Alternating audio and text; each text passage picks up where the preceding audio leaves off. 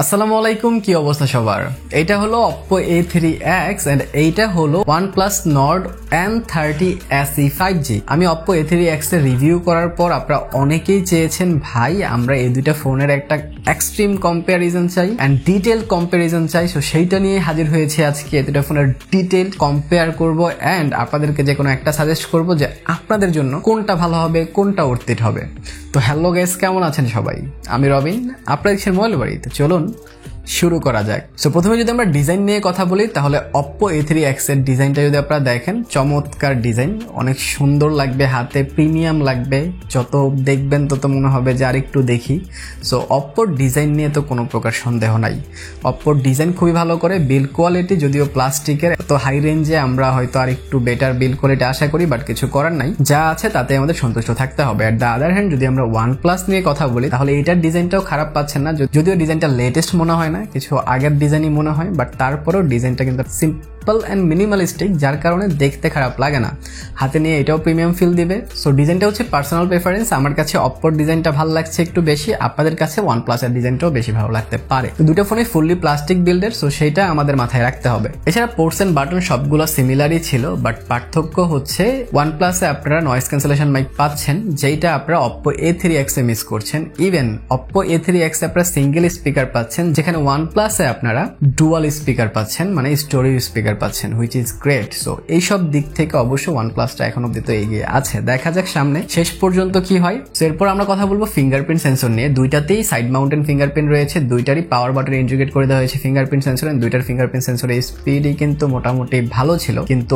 Oppoর fingerprint স্পিডটা একটু slow মনে হয়েছে আমার কাছে OnePlus এর সাথে যদি আমি কম্পেয়ার করি। আর একটু ফাস্ট হইতে পারতো, কারণ OnePlus কিন্তু 1000 টাকা কম যদি Oppoর চিন্তা করেন আপনারা। Oppo A3X আপনারা পেয়ে যাচ্ছেন 16,999 টাকা, মানে 17,000 টাকায়। তার ঠিক অপর প্রান্তে OnePlus আপনারা পাচ্ছেন 15,999, 16,000 টাকায়। আপনারা অনেকেই ক্যামেরা নিয়ে টেনশনে থাকেন যে ভাই ক্যামেরাতে কি এগিয়ে আছে, আমরা এই বাজেটে একটা ভালো ক্যামেরার ফোন চাই। তাহলে আমার মনে হয় আপনারা বুঝে গেছেন যে ক্যামেরায় কি এগিয়ে থাকবে। A3X এ আপনারা রিয়ার ক্যামেরা পাচ্ছেন 8 মেগাপিক্সেল এন্ড ফ্রন্ট ক্যামেরা পাচ্ছেন 5 মেগাপিক্সেল। সিরিয়াসলি আমিও যখন দেখছি আমি বিশ্বাস করতে পারি নাই যে এই বাজেটে 17,000 টাকায় 8 মেগাপিক্সেল ক্যামেরা কিভাবে সম্ভব, কিন্তু Oppo এটা দিছে। এট দ্য আদার হ্যান্ড যদি OnePlus এ দেখেন তাহলে 50 মেগাপিক্সেল মেইন সেন্সর, তার সাথে 2 মেগাপিক্সেলের লেন্স রয়েছে, সামনে 8 মেগাপিক্সেল ক্যামেরা পাচ্ছেন। আপনারা হয়তো বুঝে যাবেন যদি আমি দুইটা ফোনের ক্যামেরার কিছু পিকচার আপনাদের সাথে শেয়ার করি। দুইটাই আমি পাশাপাশি কম্পেয়ার করছি, আপনারা দেখেন যে দুইটার ক্যামেরাতে কতটা পার্থক্য রয়েছে, কোনটা ভালো ছবি তুলছে আপনারা তো দেখে বুঝতেই পারছেন। ডেফিনেটলি OnePlus অনেক রিচ ছবি ক্যাপচার করছে কম্পেয়ার টু দ্য Oppo। তার সাথে সেলফিও আমি দিয়ে দিচ্ছি, 5 মেগাপিক্সেল সেলফি Oppo ক্লিক করেছেন, 8 মেগাপিক্সেলের সেলফি OnePlus ক্লিক করেছেন। দুইটার সেলফির পার্থক্য দেখতে পাচ্ছেন। সো যদি আপনাদের ক্যামেরা প্রয়োজন হয়, ক্যামেরার জন্য ফোন নিতে চান, OnePlus আপনারা চোখ বন্ধ করে নিতে পারেন, কারণ এই বাজেটে OnePlus এর ক্যামেরা কিন্তু খুবই রিচ মনে হয়েছে আমার কাছে। এছাড়া যদি দুইটার ডিসপ্লে নিয়ে কথা বলি তাহলে দুইটাতেই আপনারা IPS LCD ডিসপ্লে পাচ্ছেন। যদি OnePlus নিয়ে কথা বলি 6.72 ইঞ্চির একটি IPS LCD ডিসপ্লে পাচ্ছেন, একটা 5 whole display, 90 Hz refresh rate রয়েছে এন্ড এটা 500 নিটস পর্যন্ত ব্রাইটনেস কিন্তু যাবে। সো ওয়েল ব্রাইট ডিসপ্লে ছিল। ইনডোরে যতই আপনারা কন্টেন্ট ওয়াচ করবেন ভালো তো আপনাদের লাগবেই, আউটডোরও আপনাদের অতটা বেশি প্রবলেম হবে না, যেহেতু 500 নিটস ব্রাইটনেস আপনারা এখানে পেয়ে যাচ্ছেন। Well bright display. সো ডিসপ্লের কোয়ালিটি আমার কাছে OnePlus এর খারাপ লাগেনি, কিন্তু এট দ্য আদার হ্যান্ড যদি আপনারা Oppo তে দেখেন, Oppoর ডিসপ্লে কিন্তু অনেক বেশি ব্রাইট ছিল। Oppo তে আপনারা 6.67 ইঞ্চির একটি IPS LCD ডিসপ্লে পেয়ে যাচ্ছেন HD+ রেজুলেশনের। OnePlus আপনারা ফুল HD রেজুলেশন পেয়ে যাচ্ছেন, কিন্তু Oppo তে আপনারা পাচ্ছেন HD+ রেজুলেশন। এখন তো Oppo তে রেজুলেশন কম, কিন্তু Oppo তে আবার ব্রাইটনেস বেশি, প্রায় 1000 নিট ব্রাইটনেস পাচ্ছেন আপনারা। সো আলট্রা ব্রাইট হবে, আপনারা যখন ইনডোরে থাকবেন তখনও সমস্যা হবে না, আউটডোরে কোনো সমস্যা হবে না। সো ব্রাইট ডিসপ্লে হবে, কিন্তু যেহেতু ফুল HD না আপনাদের অবশ্যই ক্লিয়ারিটিতে সমস্যা হবে, শার্পনেসের ঘাটতিও কিন্তু আপনারা দেখতে পাবেন যখন আপনারা কন্টেন্ট ওয়াচ করবেন। আমি বেশ কিছুক্ষণ কন্টেন্ট ওয়াচ করেছি, আপনারা দেখেন এটা কেমন সার্ভিস দিচ্ছিল। সাথে 90 Hz রিফ্রেশ রেট কিন্তু আপনারা Oppo তেও পেয়ে যাচ্ছেন। সো ডিসপ্লেতে যদি আমি কাউকে এগিয়ে রাখতে চাই তাহলে 1000 নিট ব্রাইটনেসের চেয়ে আমার মনে হয় ফুল HD ডিসপ্লেটা বেশি প্রেফারেবল। তো আমি আপনাদেরকে OnePlus এর ডিসপ্লেটাই প্রেফার করব যদি আপনারা আমাকে জিজ্ঞেস করেন যে আমার কাছে কোনটা ভালো লেগেছে। এছাড়া UI এন্ড OS নিয়ে আসলে দুইটা ফোনে আপনারা একরকম UI পেয়ে যাচ্ছেন ভাই। OnePlus এর যে UI এন্ড Oppoর যে UI, কালার OS দুইটাই আপনারা জানেন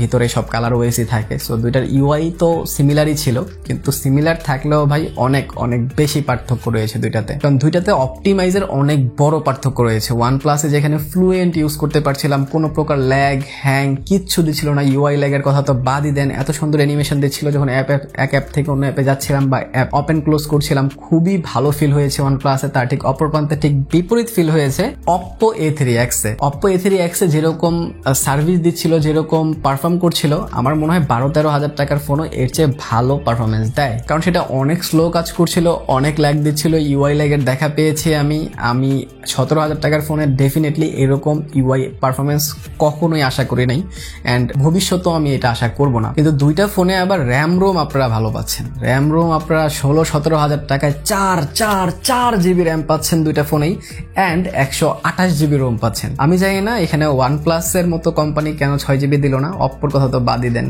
অপ্পো তো কত কিছুই দেয় নাই। তারা 17,000 টাকা 8 মেগাপিক্সেল ক্যামেরা দিছে, তারা আর কি করবে? সো তাদের কাছে আমি আশা করি না, কিন্তু OnePlus তো দিতে পারতো ভাই। কিন্তু আরেকটা ইন্টারেস্টিং বিষয় আছে, সেটা হচ্ছে পারফরমেন্স সেকশনে। পারফরমেন্স সেকশনে অপ্পোতে আপনারা Snapdragon 4S Gen 1 chipset use করেছে। এটা একটা 5G চিপসেট, কিন্তু তারা 4G তে এটাকে কনভার্ট করে এনেছে। এটা একটা 4G চিপসেট তারা বানাইছে। And at the other hand আপনারা OnePlus-এ পেয়ে যাচ্ছেন Dimensity 6020। যদি এদের পারফরমেন্স আমরা কম্পেয়ার করি, তাহলে স্ন্যাপড্রাগন 6 Gen 1 যে চিপসেটটা, 5G যে চিপসেটটা আর কি, সেইটা কিন্তু অনেক বেটার চিপসেট Dimensity 6020 থেকে। কিন্তু যেহেতু এটা তারা 4G তে কনভার্ট করাইছে, সো এইটা তারা কিভাবে কি করাইছে আমি জানি না, কিন্তু এটার পারফরমেন্স খুবই লো ভাই। যদি পাওয়ার এটার এত থাকতো, তাহলে এটার ইউআই এর সাথে এটা খুব ভালোভাবে মার্জ হয়ে আর একটু ভালো পারফরমেন্স দিত, কিন্তু এটা দেয় নাই আমার। তো প্রসেসরের দিক থেকে আপনাদের অপ্পোটা বেটার হলেও আমি কিন্তু যাব OnePlus এর দিকেই, কারণ OnePlus এর যে প্রসেসরটা সেইটা এটার ইউআই এর সাথে খুব ভালোভাবে ইন্টিগ্রেট হয়েছে, এন্ড খুব ভালো একটা পারফরমেন্স দিয়েছে, এন্ড ইউজার এক্সপিরিয়েন্স আমাকে দিয়েছে। এবার এক ব্যাটারি সেকশনে OnePlus-এ আপনারা 5000 mAh পাচ্ছেন,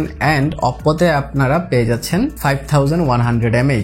সো 100 mAh বেশি পাচ্ছেন আপনারা অপ্পোতে। কিন্তু শুধু যে ব্যাটারি বেশি পাচ্ছেন তা না, অপ্পোতে কিন্তু আপনারা ফাস্ট চার্জিংও বেশি পাচ্ছেন। Oppo A3X-এ আপনারা 45 ওয়াটের ফাস্ট চার্জিং পেয়ে যাচ্ছেন, 5 চার্জার বক্সে রয়েছে। এট দ্য আদার হ্যান্ড OnePlus-এ আপনারা 33 ওয়াটের ফাস্ট চার্জিং পাচ্ছেন, এন্ড ফাস্ট চার্জারও বক্সে OnePlus-ও দিয়েছে। কিন্তু ডেফিনেটলি ফাস্ট চার্জ হচ্ছিল Oppo A3X, and Oppo A3X better battery হওয়ার জন্য আরেকটু ভালো ব্যাটারি ব্যাকআপ আপনাদেরকে দিবে।